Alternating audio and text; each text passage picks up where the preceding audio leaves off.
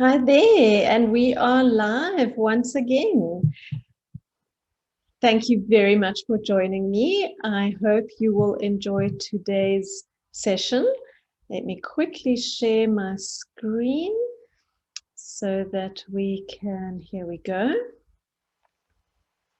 So we're continuing on our Building Your Personalized Eating Plan series.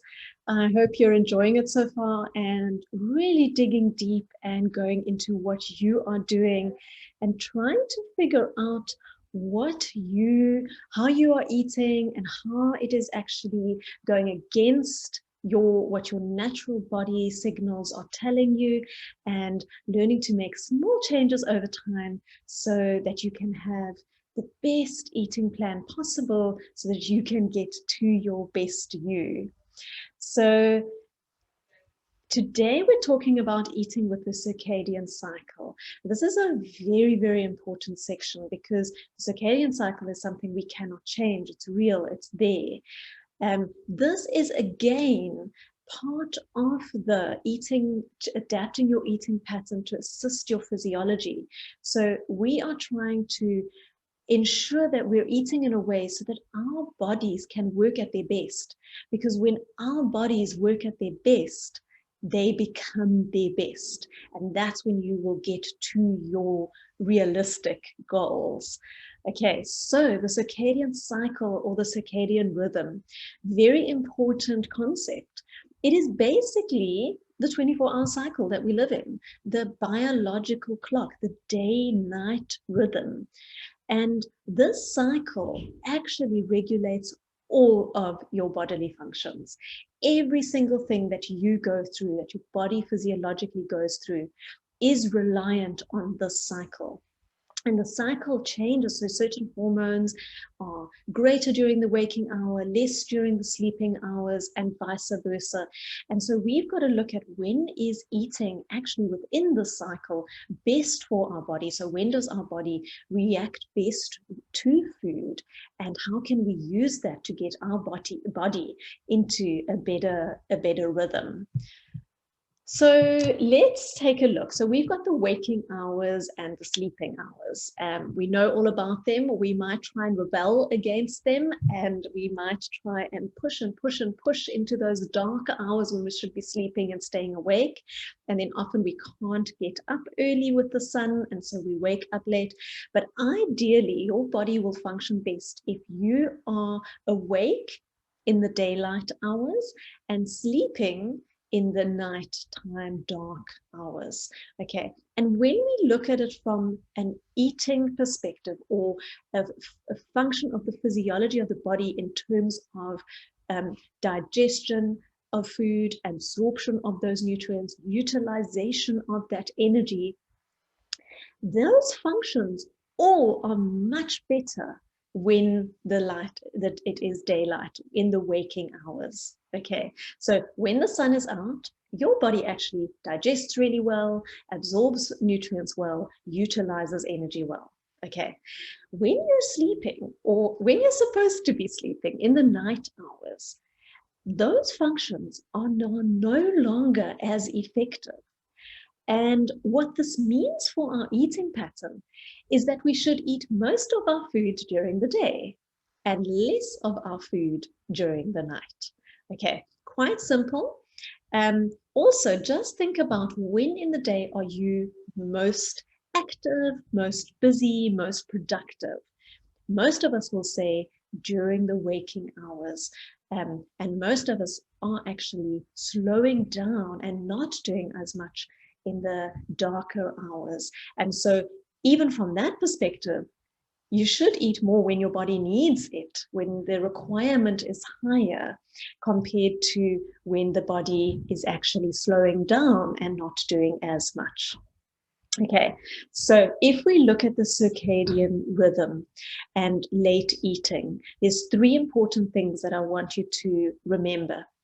When it gets to the darker hours, our resting energy expenditure decreases. So that means that the body just doesn't use as much energy to perform the functions. Okay, so the body is just slowing down, not needing as much energy. Okay, so again, that's a time where you don't want to put too much in.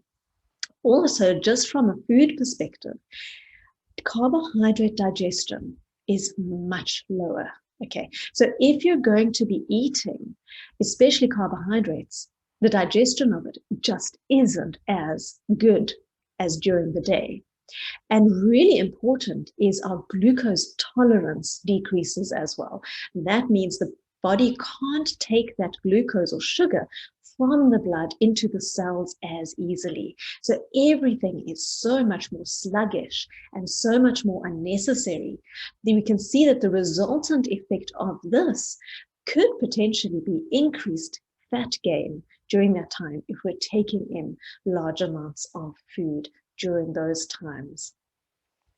So I loved quoting some studies here because there's been a lot of studies where they've shown that larger breakfast, smaller supper versus smaller breakfast, larger supper actually have better results.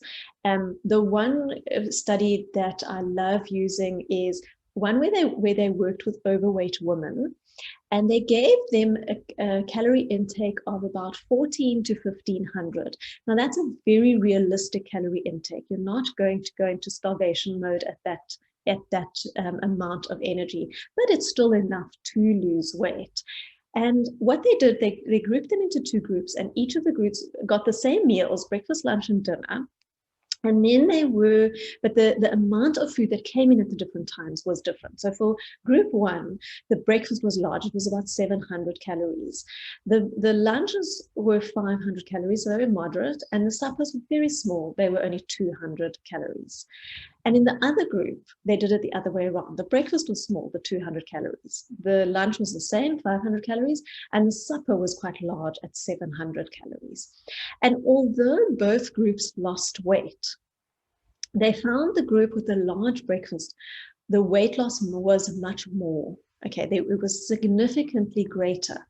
And not only this, the exciting part was that the weight around the waist area was much better.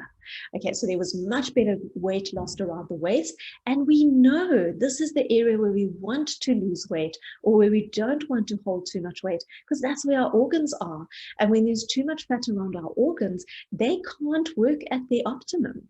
And so when we're able to lose more weight around our waist, that's a very good strategy.